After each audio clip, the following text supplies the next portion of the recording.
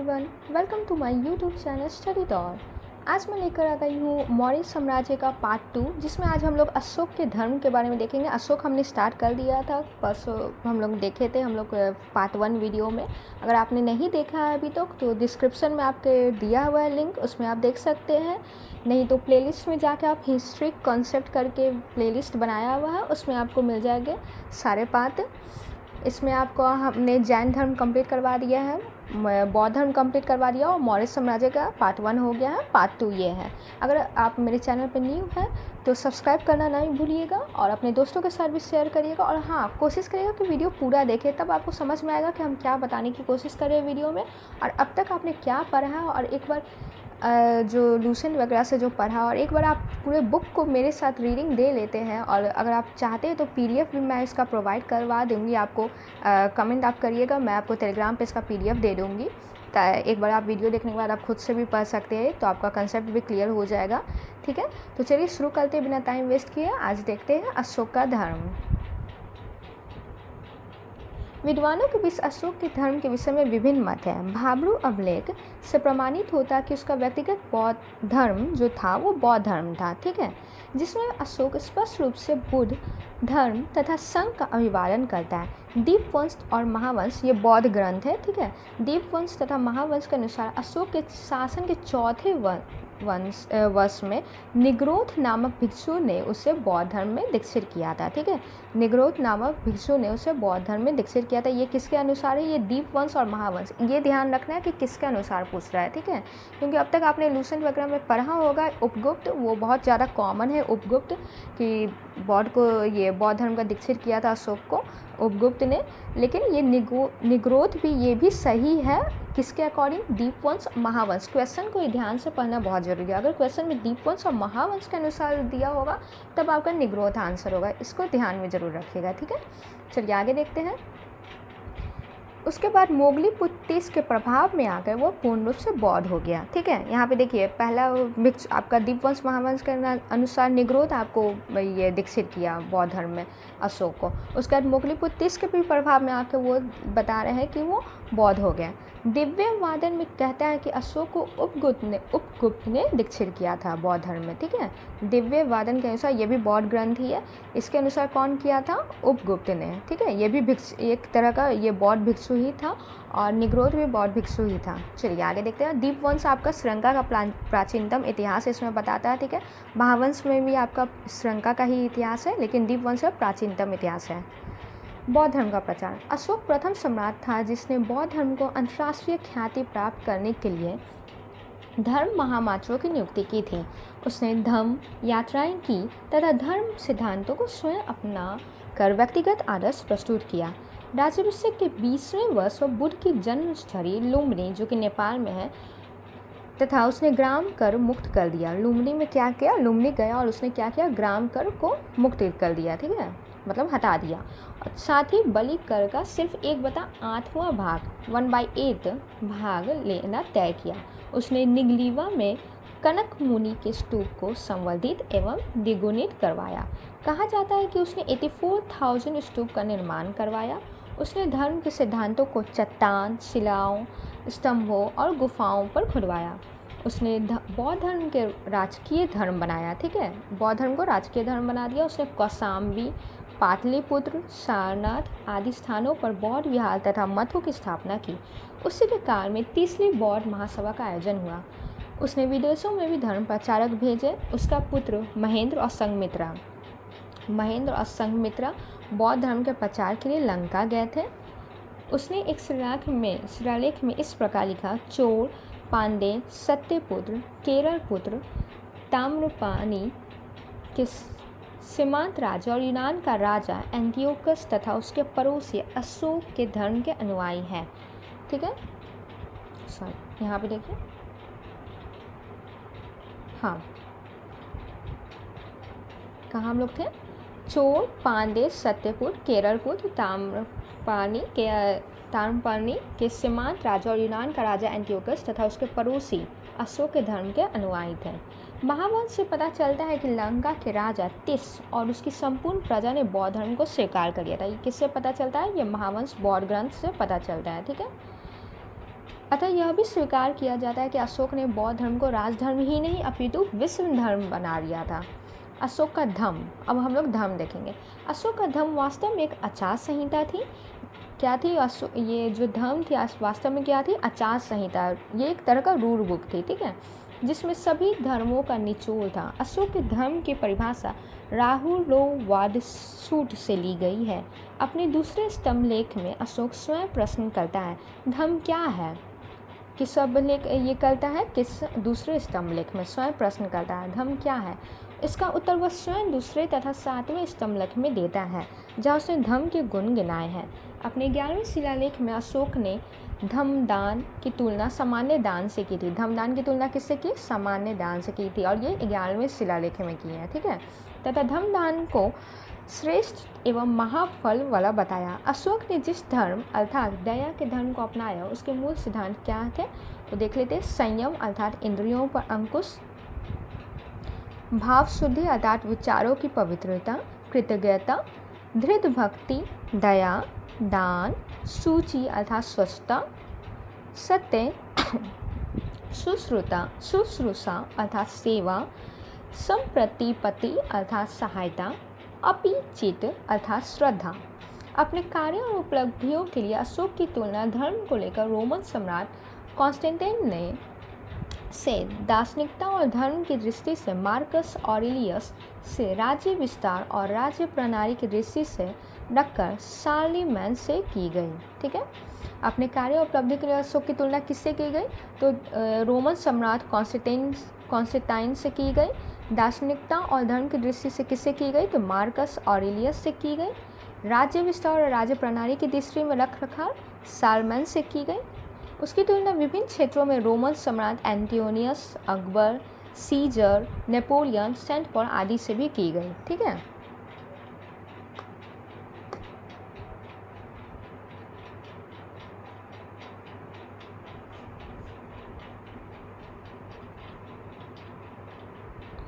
देखिए अशोक के अभिलेख 3 पार्ट में अशोक के अभिलेख डिवाइड है।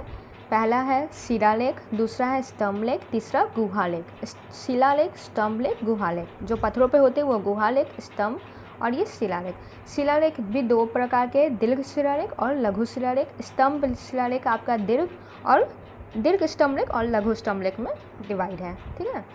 अशोक के अभिलेख यद्यपि अशोक के अभिलेख राजनीतिक उद्देश्य से नहीं लिखे गए थे, तथापि इनसे अशोक के साम्राज्य के विस्तार, अशोक के धर्म, विदेशी संबंध, राज्य प्रबंध, अशोक के चरित्र, कला, शिक्षा के प्रसार, तत्कालीन सामाजिक अवस्था का भी पता चलता है। शिलालेख ये संख्या में 14 थे। शिलालेख टोटल कितना थे? टोटल 14 थे, जो 8 अलग अलग स्थानों से मिले हैं। 14 थे, 8 अलग अलग स्थानों से मिले हैं। 1837 में सर्वप्रथम जेम्स प्रिंसेप को इन्हें पढ़ने में सफलता मिली। सबसे पहले कौन पढ़ा है? तो 1837 में सबको जानते हैं, जेम्स प्रिंसेप ने इसे पढ़ा है, ठीक है। ये देखिए यूपीएससी 2016 का प्रीवियस ईयर क्वेश्चन है। सम्राट अशोक के राजदेशों को सबसे पहले विकुटन डिसेफायर किसने किया? तो ये किया है जेम्स प्रिंसेप ने। चलिए अशोक के उत्तराधिकारी। अशोक के उत्तराधिकारियों के संबंध में प्रामाणिक रूप से कुछ कह सकना कठिन है। यह तो ये आप देख लीजिए, ये जो अब मैंने अभिलेख है यहाँ पे नहीं आगे बताया है। अभिलेख का जो पार्ट्स है मैंने पोस्ट कर दिया है, यूट्यूब जो कम्युनिटी पोस्ट होता है उसमें आपको मिल जाएंगे। मैंने सारे अभिलेख को डाल दिया है उसमें, ठीक है ना, तो इसलिए मैंने वो स्किप कर दिया यहाँ पे। अब आगे देखते हैं अशोक के उत्तराधिकार। अशोक के उत्तराधिकारियों के संबंध में प्रामाणिक रूप से कुछ कह सकना कठिन है। यह तो बताया जाता कि अशोक के कई पुत्र थे, किंतु यह रहस्य अभी तक खुल नहीं सका कि उनमें से कौन अशोक के पश्चात गद्दी पर बैठा। यह माना गया है कि राणू कारुवाकी का पुत्र तीवर गद्दी पर नहीं बैठा था, किंतु उसके अन्य 3 पुत्र महेंद्र, कुणाल और जालू का नाम भी साहित्य में आता है। अंतिम मौर्य शासक वृद्धर को उसके सेनापति पुष्यमित्र शुंग ने हत्या कर शुंग वंश की स्थापना की थी। जो ये पश्चिम भाग था आपका, जो अशोक के टाइम में जो आपका ये था मौर्य साम्राज्य, पश्चिम भाग था उस पर किसका शासन था? कुणाल का था, अशोक के बेटे का। और पूर्वी भाग में दशरथ ने शासन किया था। ओके। मौर्य का पतन। अलग अलग विद्वानों ने मौर्य के पतन के अलग अलग कारण गिनाए थे। महामहोपाध्याय हर्ष प्रसाद शास्त्री के अनुसार अशोक की तथाकथित ब्राह्मण विरोधी नीति मौर्य साम्राज्य के पतन का कारण बनी थी। देखिए, पतन के कभी भी एक कारण नहीं होते। जितने भी साम्राज्य यहाँ पे, जैसे पहले हड़प्पा सभ्यता थी, फिर मौर्य साम्राज्य, गुप्त, जितने भी साम्राज्य आए, सभ्यता आई, कभी भी उसके पतन के कारण कभी भी एक नहीं होती है। ठीक है, ये 2 3 4 कम से कम तो मिनिमम कारण होती है उसके पतन का। तो सबके अपने अपने व्यूज़ होते हैं, कोई ये बताता, कोई वो। तो इसमें भी जैसे हड़प्पा के भी बहुत सारे रीजंस थे, इसमें भी मौर्य के पतन का भी कारण बताया गया है। तो देखिए, एक था पहला, ब्राह्मण विरोधी नीति मौर्य साम्राज्य के पतन का कारण बनी। ये किसके अकॉर्डिंग है? तो ये हरप्रसाद शास्त्री के अनुसार है। ठीक है। सेकंड आपका रोमिरा थापर ने मौर्य के पतन का कारण क्या बताया? प्रशिक्षित अधिकारियों का अभाव। मतलब एक शिक्षित जो होते हैं ना, एकदम ट्रेंड ऑफिसर, ट्रेंड अधिकारी नहीं थे, उसका अभाव था। उनमें राष्ट्रीयता की भावना का अभाव माना जाता है। डी एन झा ने कमज़ोर उत्तराधिकारी था, मतलब कोई उसके बाद कोई कुशल नहीं बन पाया उत्तराधिकारी।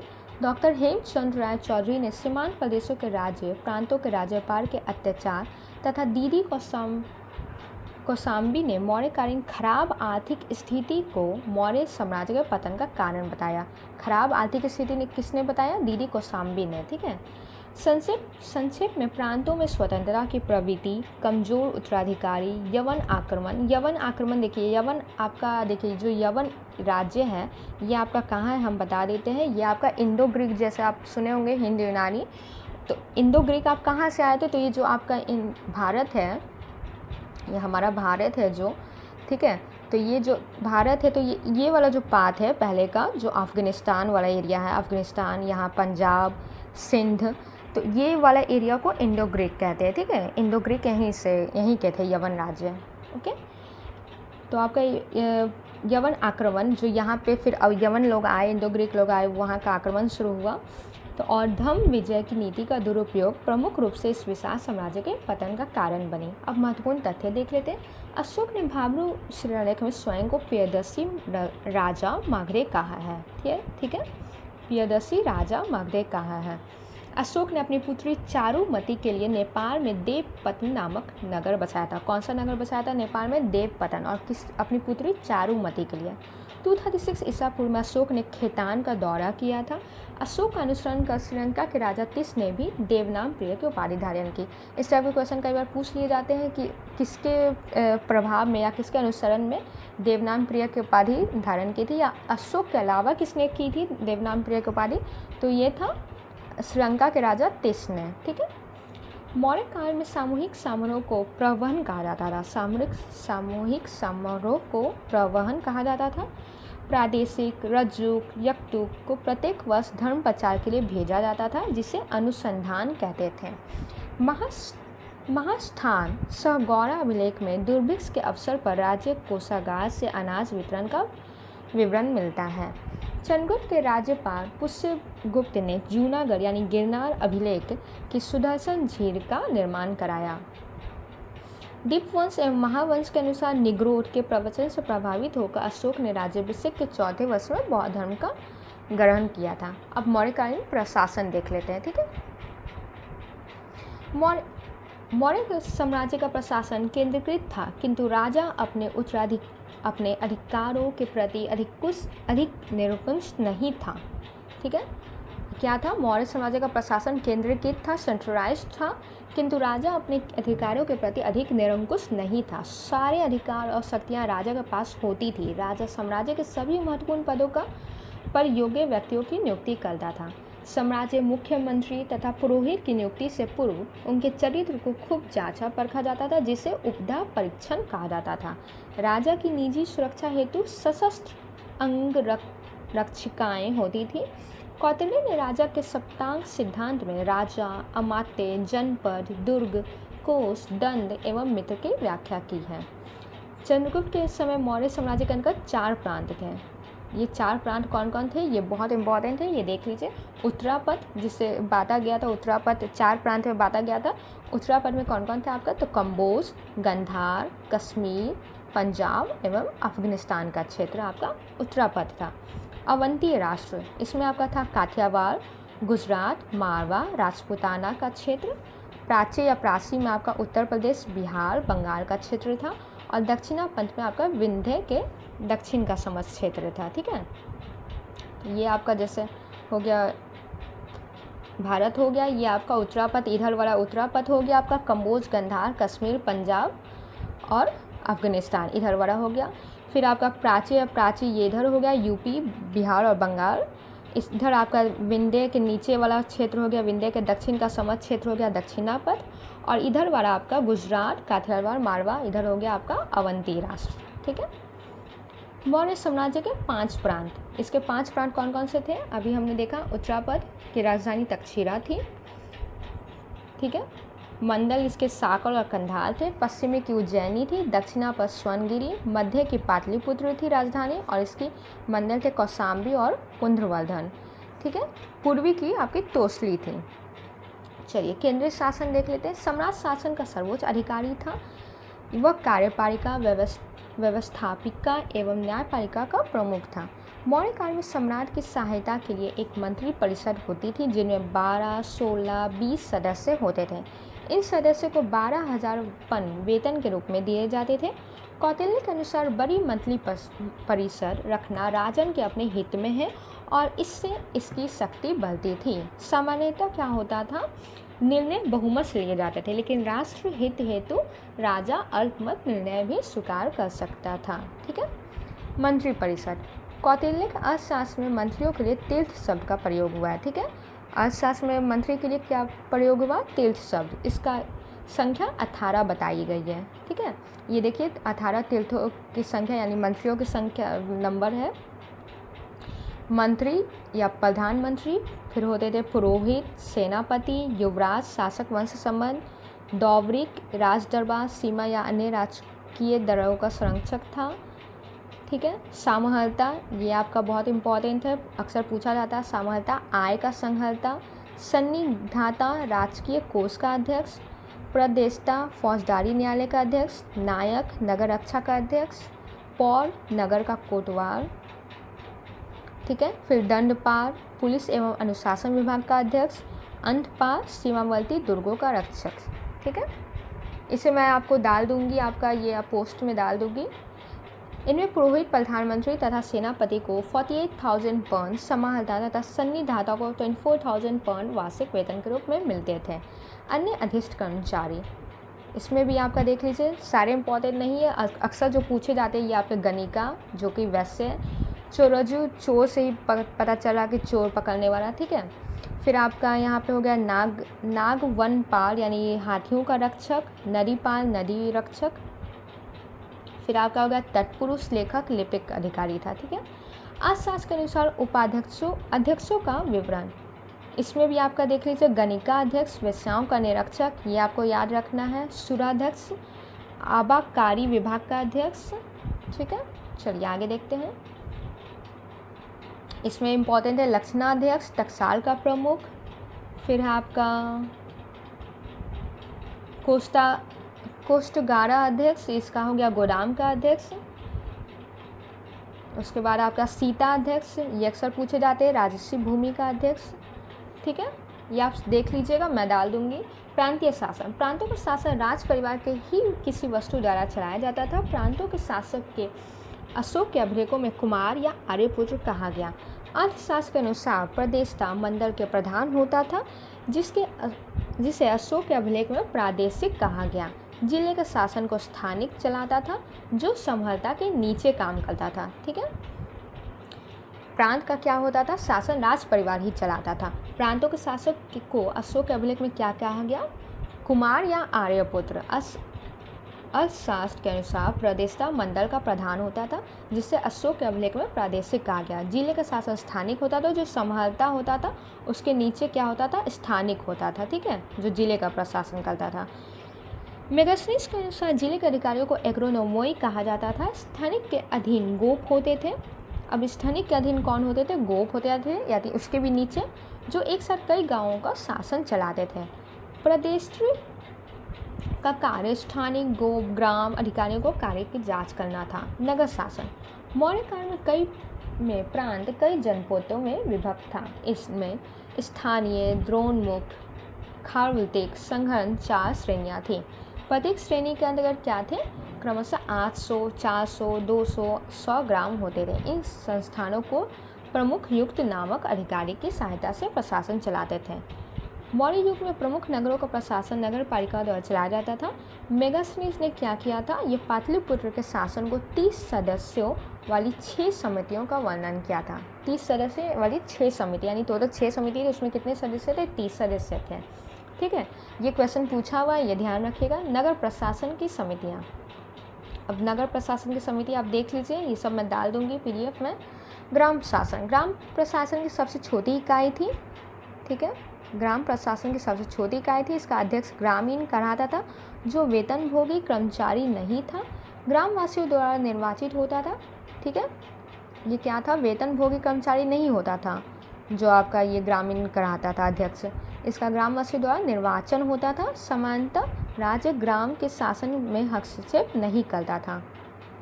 सैन्य प्राणी, सेना का रख रखाव 6 समितियाँ 30 सदस्य द्वारा की जाती थी, जिसका वर्णन मेगास्थनीज ने किया। सैन्य विभाग का सबसे बड़ा अधिकारी सेनापति होता था। नायक युद्ध में सेना का नेतृत्व करता था। इसमें 12,000 वन वार्षिक वेतन मिलता था। ठीक है, मौर्यकालीन सैन्य समितियाँ, ये आप देख लीजिए इसको। ठीक है, ये आपके लूसेंट पे वैसे दिया हुआ है। न्याय व्यवस्था, सम्राट साम्राज्य का सर्वोच्च न्यायाधीश होता था। न्यायालय 2 भागों में विभाजित था, धर्मस्थीय न्यायालय और कंटक शोधन न्यायालय। धर्मस्थीय न्यायालय का निर्णय धर्मशास्त्र में निपुण 3 धर्मस्थ या व्यवहारिक तथा 3 अमात्य मिलकर लेते थे। यह न्यायालय पारिवारिक संबंधों का निर्णय देता था। देखिए, जो 2 तरह का न्यायालय होते थे, धर्मस्थीय न्यायालय ये क्या था, आपका पारिवारिक जो होता है, डोमेस्टिक जो होता है केस, वो देखते थे। ठीक है, और कंटक शोधन न्यायालय क्या थे, वो भी 3 प्रविष्टि वाले 3 अमात्य मिलकर करते थे। ये थे आपके राजा तथा व्यक्तियों के बीच, जब राजा और व्यक्ति के बीच में जब ये होता था, विवाद होता था, उस केस को ये देखता था कंटक शोधन। ठीक है, इस तरह के न्यायालय को फौजदारी अदालत कहते थे। किंतु दोनों के बीच भेद इतना स्पष्ट नहीं था। अन्य विषयों के अतिरिक्त चोरी, डाकू, डकैती, लूट मामले भी धर्मस्थीय न्यायालय में पेश किए जाते थे, जिसे साहस कहा जाता था। महत्वपूर्ण तथ्य देख लेते हैं। स्वतंत्र रूप से वेश्यावृत्ति करने वाली स्त्रियों को क्या कहा जाता था, रूपा जीवा। सम्भ्रांत घर की स्त्रियां घर के अंदर ही रहती थी। कौटिल्य ने ऐसी स्त्रियों को अनिष्कासिनी कहा गया। देखिए, अगर आपको अभी तक वीडियो आपने कंटिन्यू किया है, वीडियो पसंद आ रहा है, तो प्लीज़ अपने दोस्तों के साथ भी शेयर करें और सब्सक्राइब करना ना भूलें, अगर पहली बार वीडियो देख रहे हैं या दूसरी बार देख रहे हो तो। ठीक है, बहुत मेहनत लगती है वीडियो बनाने में, तो आप लोग एक सब्सक्राइब बटन क्लिक करने में आप लोग को कोई प्रॉब्लम नहीं होगा। ठीक है, तो थोड़ा हेल्प कर सकते हैं आप लोग। चलिए आगे देखते हैं। रंगमंच के पुरुष कलाकारों को रंगोपजीवी तथा महिला कलाकारों को क्या कहा जाता था, रंगोपजीविनी। ठीक है, कहा जाता था। मेगास्थनीज तथा स्ट्रैबो ने कहा भारत में दास नहीं थे। मेगास्थनीज और स्ट्रैबो ने भी यही कहा था, जब वो अपने विवरण लिखे तो क्या कहा था कि भारत में दास प्रथा है ही नहीं। जस्टिन ने चंद्रगुप्त की सेना को डाकुओं का गिरोह कहा था। गुप्तचर, राज्य कर्मचारियों के भ्रष्टाचार एवं उनके शौक पता लगाने के लिए मौर्य साम्राज्यों में गुप्तचरों की नियुक्ति होती थी। इस विभाग को प्रमुख को महामात्य सर्प कहा जाता था। यूनानी लेखकों ने निरीक्षक तथा ओवरसियर्स कहा है। कौटिल्य इन्हें गुरु पुरुष कहते थे और अर्थशास्त्र में 2 प्रकार के गुप्तचरों का उल्लेख है। ठीक है, कौटिल्य क्या कहते थे, गुप्तचरों को गुरु पुरुष, और अर्थशास्त्र में 2 तरह के गुप्तचर का उल्लेख है। कौन कौन है, तो देख लेते हैं। संस्था और संचार। संस्था एक ही स्थान पर संस्थाओं में संगठित होकर कपातिक छात्र, उदासीस्त, गृहपतिक, वैदिक, व्यापारी, तापस, सिर मुंडा या जटाधारी साधु के वेश में काम करते थे। संचार, ये एक स्थान से क्या करते थे, दूसरे स्थान पर घूमकर सूचनाएं एकत्रित करते थे। देखिए, नाम से ही पता चला संचार है तो एक जगह से दूसरे जगह जाएगा ही। ठीक है, और वैश्याओं की भी गुप्तचरों के पद पर नियुक्ति की जाती थी। शांति व्यवस्था बनाए रखने हेतु पुलिस की भी व्यवस्था थी, जिसे अर्थशास्त्र में रक्षण कहा गया है। जनगणना, मौर्य साम्राज्य में प्रतिवर्ष जनगणना होती थी, जिसे इस कार्य को सामहलता और नागरिक की ओर से गोप नामक राजपुरुष करते थे। इस कार्य के एक अलग विभाग थे, जिसे मर्दुमशुमारी कहा जाता था। मौर्यकालीन सामाजिक स्थिति। कौटिल्य के अब पहले हम लोग प्रशासन देख लिया, अब समाज स्थिति देखेंगे। ठीक है, कौटिल्य के अर्थशास्त्र, मेगास्थनीज के इंडिका तथा अशोक के अभिलेख से मौर्यकालीन समाज के बारे में जानकारी मिलती है। कौटिल्य ने वर्णाश्रम व्यवस्था की रक्षा के लिए इसे राजा के कर्तव्य से जोड़ा। दासों की स्थिति संतोषजनक थी, उन्हें संपत्ति रखने और बेचने का अधिकार था। विवाह के 8 प्रकार थे। तलाक और पुनर्विवाह का भी प्रचलन था। अर्थशास्त्र में शूद्रों को आर्य कहा गया है। अर्थशास्त्र में शूद्रों को क्या कहा गया? आर्य कहा गया तथा वार्ता शूद्रों को वनधम बताया गया है। इन्हें सेना में भर्ती होने का भी अधिकार था। अपनी पुस्तकों में कौटिल्य ने अम्बस्ट, निषाद, पाशव, वैदेक, सूत आदि का जातियों का उल्लेख किया है। कौटिल्य के अनुसार 9 प्रकार के दास कौन कौन थे, ये देख लीजिए आप। आहितिक, लुब्ध, गृहजात, कृत, दयागत। मेगास्थनीज के अनुसार भारतीय समाज की 7 जातियाँ थीं। पहला थी आपकी दार्शनिक, पशुचारक, सैनिक, सभासद, किसान, कारीगर या शिल्पी और निरक्षक। ये 7 जातियाँ मेगास्थनीज के अनुसार यहाँ पे थी मौर्यकालीन के टाइम में। ठीक है, मौर्यकालीन आर्थिक स्थिति। एरियन, स्ट्रैबो, मेगास्थनीज आदि विद्वानों ने इस कार्य के समस्त भूमि को राजा की भूमि बताया। ठीक है, अर्थशास्त्र में 3 प्रकार की भूमि का उल्लेख है। कृष्ट भूमि, जुती हुई, और अकृष्ट भूमि यानी बिना जुती हुई भूमि, और स्थल भूमि यानी ऊंची। ठीक है, मौर्य काल में जिस जमीन में बिना वर्षा के ही अच्छी खेती होती थी उसे अर्थशास्त्र में क्या कहा जाता था? अदेव मात्रिक। जहाँ वर्षा की भी बिना अच्छी खेती होती थी उसको क्या कहा जाता था? अदेव मात्रिक। सरकारी भूमि को सीता भूमि कहते थे। उस भूमि की देख रेख करने वाले को सीताध्यक्ष कहा जाता था। राज्य की ओर से कृषि को प्रोत्साहन दिया गया। उस काल में बलि एक प्रकार का धार्मिक कर था। बलि क्या था? एक प्रकार का धार्मिक कर था। निःशुल्क श्रम व बेगार किए जाने को विष्टि कहते थे। भूस्वामी को क्षेत्रक कहते थे। काश्तकार को उपवास कहा जाता था। नगर रूप में लिए जाने वाले कर को हिरण्य कहा जाता था। नगर रूप में कर जो लिया जाता था उसको क्या कहा जाता था? हिरण्य। अर्थशास्त्र में कृषि, पशुपालन एवं व्यापार को सम्मिलित रूप से वार्ता कहा गया था। अर्थशास्त्र में उल्लेखित मुद्रा, ये अक्सर पूछे जाते हैं, ये देख लीजिए। पन या कसारपन या धरन चांदी का सिक्का होता था। स्वर्ण नाम से ही पता चला, स्वर्ण सोना का, मासक चांदी का, काकर्णी तांबे का सिक्का, और शतमान चांदी का ये सिक्का था। ठीक है, सूती वस्त्र के लिए काशी, बंग, पुंद्र, कलिंग, मारवा प्रसिद्ध था। बंग मसलन के लिए, काशी पुंद्र रेशम के लिए विख्यात था। चीन से रेशम का आयात होता था। राजा के नियंत्रण में आंतरिक तथा बाह्य व्यापार सीरिया, मिस्र, अन्य पश्चिमी देशों के साथ होता था। तक्षशिला, पाटलिपुत्र, कौशाम्बी, काशी, उज्जैन, जावा, सुमात्रा, मिस्र, सीरिया तथा बोर्नियो व्यापार के प्रमुख केंद्र थे। दक्षिण में ताम्रपर्णी, पांडे और केरल मुक्ता, मणि, हीरा, सोना, शंख के लिए विख्यात है। भूमि तथा राजस्व।